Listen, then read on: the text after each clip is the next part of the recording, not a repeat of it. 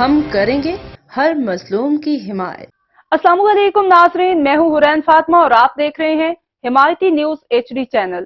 نظر ڈالتے ہیں آج کی اہم خبر پر۔ کراچی کے علاقے ڈیفنس میں 2 روز قبل گاڑی پر فائرنگ سے صنعتکار کی ہلاکت، ڈکیتی میں مزاحمت کا نتیجہ نکلی۔ تفتیشکاروں نے واردات سے متعلق اہم شواہد حاصل کر لیے ہیں۔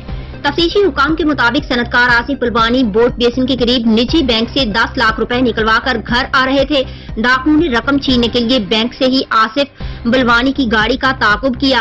کراچی کے پوش علاقے ڈیفنس میں کار پر فائرنگ سے صنعتکار جاں بحق۔ تفتیشی حکام نے دعویٰ کیا کہ ممکنہ طور پر آصف بلوانی کو اندازہ ہو گیا تھا کہ ڈاکو ان کے پیچھے لگے ہیں۔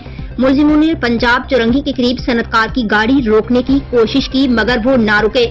ڈاکو نے گاڑی نہ روکنے پر آصف بلوانی کی گاڑی پر پیچھے سے فائرنگ کی اور سڑک پر واپس گھوم کر فرار ہو گئے۔ تفتیشی حکام کے مطابق آصف بلوانی کی گاڑی زیادہ رفتار میں ہونے کے باعث ٹرک سے ٹکرائے جس پر زیادہ نقصان پہنچا تھا۔ تفتیشکاروں نے نجی بینک سے فائرنگ کے مقام تک روٹ کی CCTV ویڈیوز حاصل کر لی ہیں۔ بینک میں آصف بلوانی کے قریب مشتبہ شخص کو بھی دیکھا گیا جو ممکنہ طور پر ڈاکوؤں کا ساتھی ہو سکتا ہے۔